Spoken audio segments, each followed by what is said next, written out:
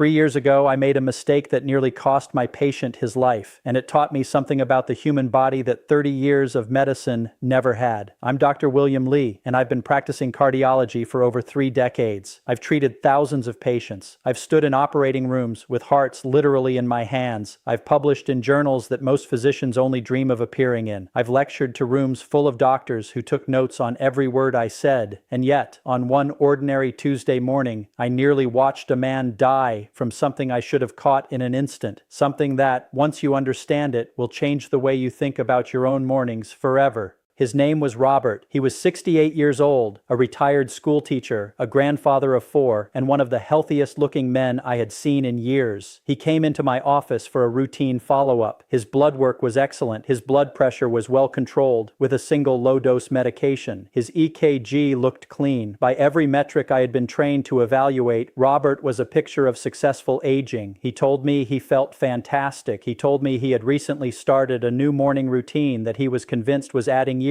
to his life. He was proud of it. He described it to me with the enthusiasm of a man who believed he had found the fountain of youth. And I, in my professional confidence, nodded along and told him it sounded wonderful. I told him to keep doing exactly what he was doing. 9 days later, Robert's wife called my office in a panic. He had collapsed in his bathroom that morning. His heart had stopped. And as I stood there, phone pressed to my ear, listening to a terrified woman describe the paramedics working on her husband's chest on the tile floor, I felt something I had not felt in years. I felt helpless. I felt like a fraud, because I realized in that moment that the morning routine Robert had described to me with such pride, the routine I had blessed and encouraged, was almost certainly the very thing that had stopped his heart. And I had missed it. I had missed it because I, like most cardiologists, had spent my entire career learning to treat disease after it appeared, not to recognize the invisible triggers hiding inside the ordinary habits of everyday life. Robert survived. Barely. It took the paramedics 11 minutes to restore a stable rhythm, 11 minutes during which his brain sat starved of oxygen while machines and human hands fought to bring him back. He spent 4 days in intensive care. He came home a changed man, physically and emotionally, carrying the weight of knowing that he had, for those 11 minutes, been clinically dead. And I came home a changed physician, carrying the weight of knowing that my confidence, my credentials, my decades of experience had nearly killed a man I was supposed to protect. That night, I could not sleep. I sat in my study surrounded by textbooks and journals, and I began to ask myself a question that no one had ever taught me to ask in medical school. What actually happens to the human body in the first hour after we open our eyes in the morning? Not in a hospital, not on an operating table, but in the quiet, private moments of an ordinary bedroom, when millions of people over the age of 60 perform the same small rituals every single day, believing them to be harmless, believing them to be healthy, never suspecting that the timing of those rituals could be the difference between a normal Tuesday and a funeral. What I discovered over the following months of obsessive research changed everything I thought I knew. And before I share it with you, I need you to do something for me right now. I need you to think honestly about the very first thing you do when you wake up in the morning. Not what you think the right answer is, not what you wish you did, what you actually do every single morning, the moment your eyes open. Hold that thought in your mind, because by the end of this, you are going to understand exactly why that first action matters more than almost anything else you do all day. You see, most people believe that waking up is a gentle process. You imagine the body slowly rising into consciousness, like the sun coming up over a calm horizon. The truth is nothing like that. The truth is that waking up is one of the most violent physiological events your body experiences in a 24-hour cycle. When you transition from sleep to wakefulness, your body does not ease into the day. It detonates into it. And for a heart that has been beating without a single break for 6, 7, or 8 decades, that detonation can be the most dangerous moment of the entire day. Let me explain exactly what happens inside your body in those first crucial minutes, because once you understand this, everything else I'm about to tell you will make complete and undeniable sense. The moment your brain begins to wake, your internal clock, your circadian rhythm, triggers a massive surge of the hormone cortisol. This is not a small adjustment. Within the first 30 minutes after waking, your cortisol levels can spike by 50% or more. Cortisol is your body's primary stress hormone, and this morning surge exists to prepare you for the demands of the day. But what it does to your cardiovascular system is brutal. It raises your heart rate, it constricts your blood vessels, it pushes your blood pressure upward with tremendous force. This is your body slamming its foot down on the accelerator, whether you are ready for it or not. At the same time, your autonomic nervous system undergoes a violent shift. During sleep, your body lives in what we call the parasympathetic state, the calm, restorative mode of rest and digestion. But upon waking, it lurches into the sympathetic state, the fight-or-flight mode. Adrenaline floods your system. Your blood pressure can jump by 10 to 20 points in a matter of minutes. Your heart, which had been beating slowly and peacefully through the night, is suddenly commanded to work far harder, far faster, with almost no warning. And there is a third factor, one that almost no one thinks about. You have just spent 7 or 8 hours without a single drop of water. All night long, with every breath you exhaled and every bit of moisture your skin released, you have been slowly dehydrating. By the time you wake, your blood is thicker, more concentrated, more viscous than at any other point in your day. Imagine trying to pump honey through a network of narrow pipes instead of water. That is what your heart faces the moment you open your eyes. It must work significantly harder to push this thickened blood through your body. Now put all three of these together. A surge of cortisol constricting your vessels, a flood of adrenaline spiking your pressure, and blood that is thickened to the consistency of syrup overnight. This is the morning storm. This is the perfect cardiovascular tempest that every single one of us walks into the moment we wake up. In a young person with elastic arteries and a resilient heart, the body absorbs this storm with ease. But in a person over 60, with arteries that have naturally stiffened over the decades, with blood vessels that respond more slowly, with a cardiovascular system that may already be quietly harboring disease that has never once caused a symptom, this storm is a genuine threat. And when you add certain common morning habits on top of it, habits that seem completely innocent, you can amplify that storm into something lethal. That is exactly what happened to Robert. And through my research, through interviewing patient after patient who had survived sudden morning cardiac events, I identified 5 specific morning behaviors that create this dangerous amplification. 5 habits that, on their own, seem harmless. 5 habits that no ordinary medical checkup would ever flag as dangerous. But 5 habits that, when performed in that first fragile hour after waking, can push a vulnerable heart over the edge. Robert was doing several of them. And I would be willing to wager that right now, listening to me, you are doing at least one of them too, possibly more. So let me walk you through each one, exactly as I now walk my own patients through them, starting with the first mistake, the one that the overwhelming majority of people commit without a single moment of thought.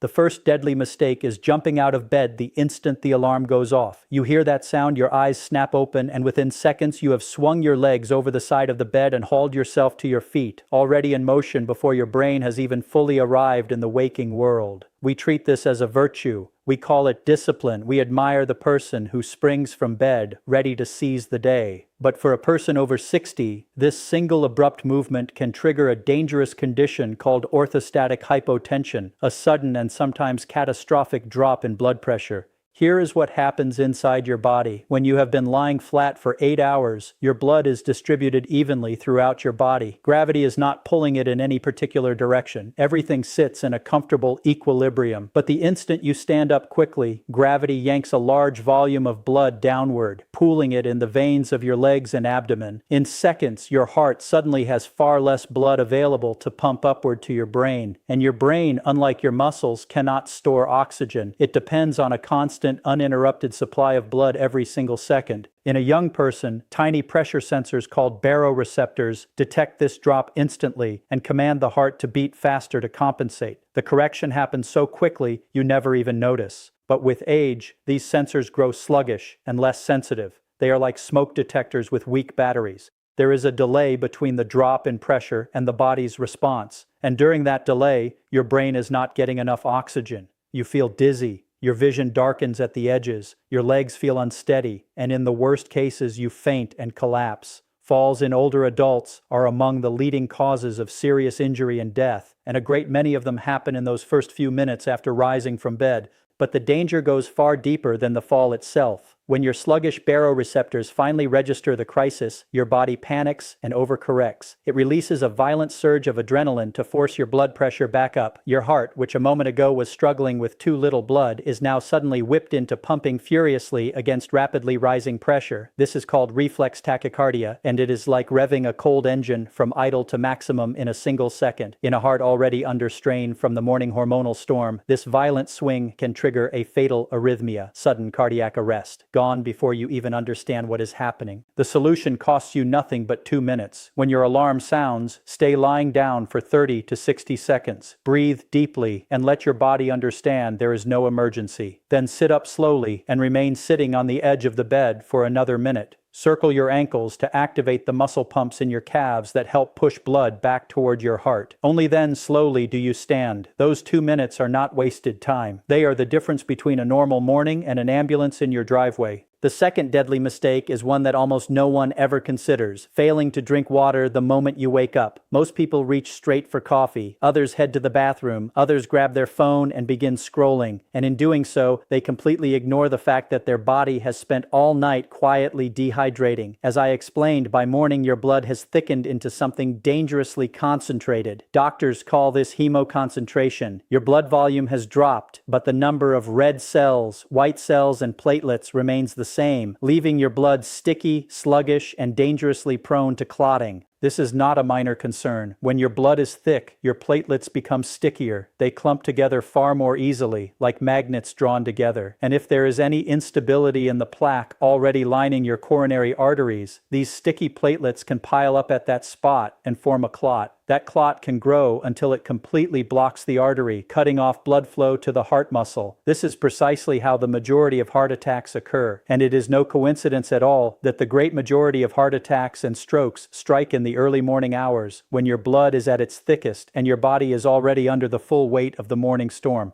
The statistics are genuinely frightening. The risk of a heart attack is roughly 40% higher in the morning than at any other time of day. The risk of stroke is nearly 50% higher. Why? Because of this exact convergence. Thickened blood from overnight dehydration, surging cortisol, spiking adrenaline, and rising blood pressure, all colliding at the same fragile moment. The solution is almost embarrassingly simple. Before bed tonight, place a large glass of room temperature water on your nightstand. When you wake, before your phone, before the bathroom, before coffee, before anything else, drink 300 to 400 milliliters of that water. This immediately begins to reverse the overnight thickening of your blood. Within minutes, your blood becomes more fluid, its viscosity drops, the burden on your heart eases, and the risk of a clot forming diminishes. In a matter of minutes, you are quite literally diluting the danger. The third deadly mistake is one that a huge portion of people consider absolutely essential to becoming a functioning human being: drinking strong coffee, especially concentrated espresso, on a completely empty stomach the moment they wake. I want to be clear, I am not here to tell you to give up coffee. I enjoy coffee myself, but the timing and the manner in which you consume it can transform a harmless pleasure into a genuine cardiac trigger. Caffeine is a powerful stimulant. It triggers a release of adrenaline. It accelerates your heart rate. It causes your blood vessels to narrow, spiking your blood pressure suddenly and sharply. Now remember, your body is already contending with elevated cortisol, thickened blood, and the violent transition from sleep to wakefulness. Your cardiovascular system is already running near its ceiling. Adding a caffeine shock on top of this is like pouring gasoline onto a fire that is already burning out of control. For a young person with elastic arteries, the body absorbs this additional stress with ease. But for a cardiovascular system that has labored for 6, 7, or 8 decades, with naturally stiffer arteries and possibly undiagnosed coronary disease, this combination can trigger dangerous arrhythmias, severe blood pressure crises, or even a sudden heart attack. And when you drink coffee on an empty stomach, the absorption is dramatically accelerated. With no food to slow it, caffeine reaches its peak concentration in your bloodstream in as little as 15 to 20 minutes, rather than the 30 to 60 it would take with food present. Your cardiovascular system is bombarded with a powerful stimulant at the precise moment it is most vulnerable. The solution is straightforward. If you cannot imagine your morning without coffee, and I completely understand if you cannot, then never drink it on an empty stomach. Eat something first, even a banana, a handful of nuts, or a piece of toast, anything to slow the absorption. If you normally drink espresso, consider switching to a milder coffee. And most importantly, drink your water first. Always hydrate before you reach for that first cup. Your heart will thank you for it. The fourth deadly mistake is one that people commit, believing it is the single healthiest thing they could possibly do. Intense exercise in the first hour or two after waking, running, heavy weightlifting, high-intensity intervals, vigorous spinning, any activity that drives your heart rate sharply upward before your body has fully adapted to being awake. Let me be absolutely clear, because I do not want to be misunderstood. Exercise is one of the most powerful tools we have to protect the heart. It is essential, but timing is everything, especially after 60. Remember the morning storm. In those early hours, your cardiovascular system is already juggling elevated cortisol, surging adrenaline, thickened blood, naturally higher blood pressure, and stiff vessels that have not yet warmed up. Adding intense exercise at that moment is like demanding that an engine already running in the red shift into an even higher gear. Your heart, already working overtime simply to manage the transition into wakefulness, is suddenly asked to pump vastly more blood to your working muscles. Oxygen demand skyrockets, potentially beyond what your arteries can safely deliver, especially if silent coronary disease is present. The danger deepens when people exercise while fasting and dehydrated. Many wake up, pull on their workout clothes, and head straight out the door without eating or drinking a thing. Exercising in this state forces the body to break down muscle tissue for fuel, releases even more stress hormones, and can cause blood sugar to plummet, further burdening both heart and brain. Combined with thick, dehydrated blood struggling to carry oxygen, you have assembled the perfect conditions for cardiovascular collapse. Many of the sudden deaths we hear about in gyms or during early morning runs happen for precisely this reason. Apparently, healthy people who believed they were doing something wonderful for their bodies, never knowing they were stacking risk factor upon risk factor into a lethal combination. The solution is to wait. If you wish to exercise in the morning, give your body at least 2 to 3 hours after waking to fully transition into the day. Drink plenty of water, eat something light to stabilize your blood sugar. Allow the morning cortisol and adrenaline to settle before adding the stress of exertion. Always begin with a slow, thorough warm-up and never leap from 0 to maximum in a matter of minutes. If you can, consider moving your most intense workouts to mid-morning, afternoon, or early evening, when your cardiovascular system is far more stable and far better equipped to handle the demand. And now we arrive at the fifth and final mistake, the one that nearly killed Robert, the one that, of all 5, I consider the most devastating, precisely because it is being promoted right now, all over the world, as the ultimate secret to health and longevity. This is the mistake that wellness influencers and self-appointed longevity gurus celebrate as a miracle. This is the mistake that Robert adopted because he genuinely, sincerely wanted to be healthier. He had watched the videos, he had read the articles. He believed with all his heart that he had found something extraordinary. The fifth mistake is taking an ice-cold shower or any form of extreme cold exposure immediately after waking.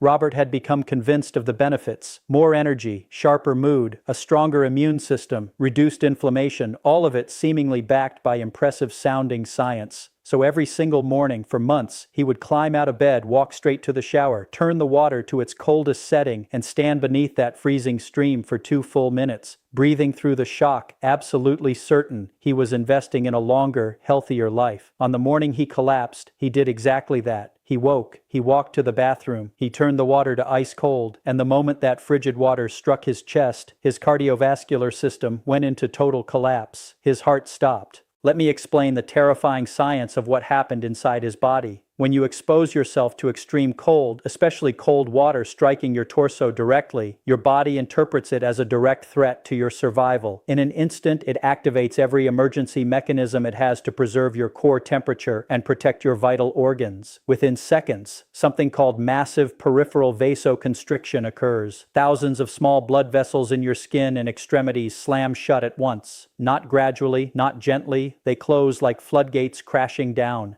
Now picture your circulatory system as a network of pipes carrying fluid under pressure. Suddenly, thousands of the smaller pipes seal themselves shut. All the blood that had been flowing through them now has nowhere to go, and the pressure in the remaining open vessels instantly explodes upward. Studies have documented that cold water immersion can raise systolic blood pressure by 20 to 40 points in seconds, and in vulnerable individuals, spikes of 50 to 60 points have been recorded. For a heart that has beaten for decades, for arteries that have naturally lost their youthful elasticity, this sudden violent surge is catastrophic. It is like trying to inflate an old, brittle balloon far too quickly. The material has lost its stretch. The risk of rupture is enormous. Whether it is an unstable plaque in a coronary artery bursting open and triggering a heart attack, or a weakened vessel in the brain giving way and causing a stroke, the outcome can be fatal within minutes. But the cold shock does not stop at spiking your pressure. It also forces your heart to work with brutal, punishing intensity to push blood through all those constricted vessels against the skyrocketing resistance. The heart must beat harder and faster, dramatically increasing its own demand for oxygen at the worst possible moment. If silent coronary disease is present, and in people over 60 it very often is, entirely without symptoms, the arteries simply cannot deliver enough oxygen to meet that demand. The result is severe ischemia. The heart muscle begins to suffocate, and it is in this state that the deadliest arrhythmias arise, especially ventricular fibrillation, in which the heart's electrical system becomes so destabilized that it stops beating in any coordinated way and simply quivers uselessly. No blood reaches the brain. No blood reaches the body. This is cardiac arrest, and without a defibrillator within minutes, it is fatal. This is exactly the arrhythmia that struck Robert. The cold shock was the final straw that his cardiovascular system, already staggering under the weight of the morning danger zone, simply could not survive. The paramedics had to shock his chest repeatedly before his heart would hold a stable rhythm. And what makes this so deeply troubling is that morning cold exposure is being pushed relentlessly across social media by people who have absolutely no understanding of the specific cardiovascular risks facing older adults. You see viral clips of 25-year-old athletes plunging into ice baths at dawn, millions of views, thousands of comments from people vowing to try it tomorrow. And somewhere, a man in his 70s watches that clip and thinks, if they can do it, surely I can too.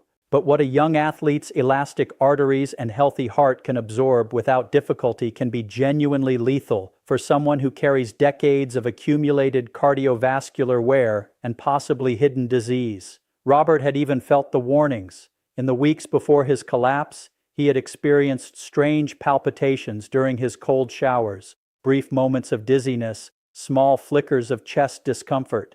But he had interpreted these as signs that his body was adapting, growing stronger, building resilience. He believed the discomfort was simply the price of improvement. He was wrong. Those were not signs of adaptation. They were alarms. The solution, if you are over 60, is to avoid extreme cold exposure entirely, especially in those first vulnerable hours after waking. If you genuinely wish to explore the potential benefits of cold exposure, and there are legitimate benefits for some people, do so gradually and cautiously over many months. Begin with lukewarm water, not cold. Lower the temperature only slightly, perhaps 1 degree a week. Always direct cold water to your extremities first, your hands and feet, never beginning with a cold blast to your chest or head. And above all, if you feel any cardiovascular symptom at all, palpitations, dizziness, chest pain, breathlessness, or unusual fatigue, stop immediately and seek medical evaluation. Those are not signs of progress, they are sirens. Now, before I share with you the exact morning protocol that Robert now follows every single day, the protocol that has kept him safe and healthy for 3 years, I need to be completely honest with you about something. Everything I have told you is grounded in scientific evidence and in the experience of treating thousands of patients over 3 decades. But it does not replace a personalized evaluation from a physician who knows your specific medical history. If you have existing heart conditions, diagnosed high or low blood pressure, diabetes, a history of arrhythmias, or any chronic illness, you must speak with your own doctor before making significant changes to your morning routine. And if you take medications, particularly cardiovascular ones such as beta blockers, ACE inhibitors, diuretics, or blood thinners, these habit changes can interact with them in ways that may require adjustment. My role is to give you evidence-based knowledge that can begin an important conversation. Your role is to carry that conversation to your own healthcare provider. Not everyone who makes these mistakes will suffer a cardiovascular event, and not everyone who corrects them will see dramatic overnight results. Health is complex and deeply individual, but for those in higher risk categories, especially those over 60 with high blood pressure, diabetes, high cholesterol, a smoking history, or a family history of heart disease, these small modifications can genuinely mean the difference between life and death. The key is to approach change with common sense, moderation, and medical guidance where needed. So let me now give you the 5-minute morning protection protocol, the routine that transformed how Robert begins each day, the routine he now credits with giving him his life back. Step 1 is the awakening minute. When your alarm sounds, stay lying down. Resist every urge to leap up and charge into your day. I know the instinct is powerful. I know it feels like you are wasting precious time. You are not. You are protecting your life. Breathe in slowly through your nose for 4 seconds. Hold that breath gently for 4 seconds. Then exhale slowly through your mouth for 6 seconds, making your exhale longer than your inhale. Repeat this pattern 5 times. This controlled breathing sends a clear signal to your nervous system that there is no emergency, helping to soften the surge of cortisol and adrenaline already underway. You are giving your heart a gentle awakening instead of a violent shock. Step 2 is the hydration minute. Before you sleep tonight, place a large glass of room temperature water on your nightstand, at least 300 to 400 milliliters, and not cold water from the refrigerator. After your breathing minute, sit up slowly on the edge of the bed with your feet flat on the floor. Do not stand yet. Simply sit and drink all of that water, every last drop. This immediately begins reversing the overnight thickening of your blood. Within minutes, your blood grows more fluid and you lift an enormous burden from your heart. You are diluting the danger. Step 3 is the adjustment minute. Remain sitting on the edge of the bed for a full additional minute. I know you are eager to begin your day, but one more minute will not make you late, while standing too soon could make you a statistic. While you sit, roll your ankles in slow circles, 10 in one direction and 10 in the other. This activates the muscle pumps in your calves that push blood back toward your heart, and it gives your baroreceptors, those sluggish pressure sensors, the time they need to adjust to your new position before you rise. Step 4 is the activation minute. Still seated on the edge of the bed, gently awaken the muscles that lay dormant all night. Slowly turn your head from side to stretch your neck. Lift your shoulders toward your ears, hold for 2 seconds, then release. Reach your arms above your head and stretch gently. Lean slowly to the left, then to the right. These gentle movements send oxygenated blood into muscles that were still all night, preparing your body for activity in a way that respects your heart's need for a gradual transition. Step 5 is the transition minute. Finally, after 4 full minutes of preparation, stand up slowly. Pause for a few seconds while standing to be certain there is no dizziness or lightheadedness. If you feel anything unusual, sit back down and wait another minute. Then walk slowly toward the bathroom or kitchen. Do not rush. Do not check your phone. Do not hurry. Give this transition your full attention. You have now made a gradual, respectful, and safe passage from rest into activity. You have worked with your cardiovascular system rather than against it. These 5 minutes may seem insignificant against the 24 hours of your day. The modern world insists that every minute must be productive, that you cannot spare even 5 for something so simple. But these 5 minutes are the very difference between waking safely and becoming a morning cardiac emergency. Robert follows this protocol religiously now. 3 years after his near-fatal collapse, he has more energy through the day, he sleeps more soundly at night, and he lives with the peace of knowing he is no longer gambling with his life every single morning. And here is what I ask of you from the bottom of my heart. Think of the person you love who is over 60, the parent who takes an icy shower every morning, the spouse who springs from bed and rushes straight into a workout, the friend who lives on strong black coffee before they have swallowed a drop of water. Share what you have learned here with them. Robert nearly died alone on his bathroom floor. He survived only because his wife was home, because she acted within seconds, because the paramedics arrived within minutes, and because they fought to restart his heart. He is alive today, and every day I have with patients like him is a gift I very nearly lost through my own ignorance. You can spare someone you love from ever facing that morning. Knowledge like this costs you nothing, yet it may be worth everything to someone who needs it. The transition from sleep to wakefulness is one of the most delicate and dangerous moments of your entire day. Do not underestimate it simply because it happens every morning without fail. Do not wait for chest pain, for a collapse, for an ambulance in your driveway before you take it seriously. Prevention is the greatest act of love you can offer yourself and the people who depend on you, the people who would be shattered to lose you to something so completely preventable. Respect your heart. Respect the decades of tireless work it has done for you without ever once asking for a break. Begin the 5-minute protocol tomorrow morning and give your heart the gentle awakening it has always deserved. Because I very nearly lost a good man to something I should have seen, and I refuse to let that happen to you.